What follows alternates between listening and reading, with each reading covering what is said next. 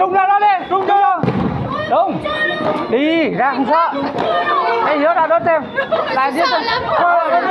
Nó sao rồi mồm nó nặng lại rồi. Lại đốt tiếp, đốt quả tiếp theo nhá. Đốt quả tiếp theo.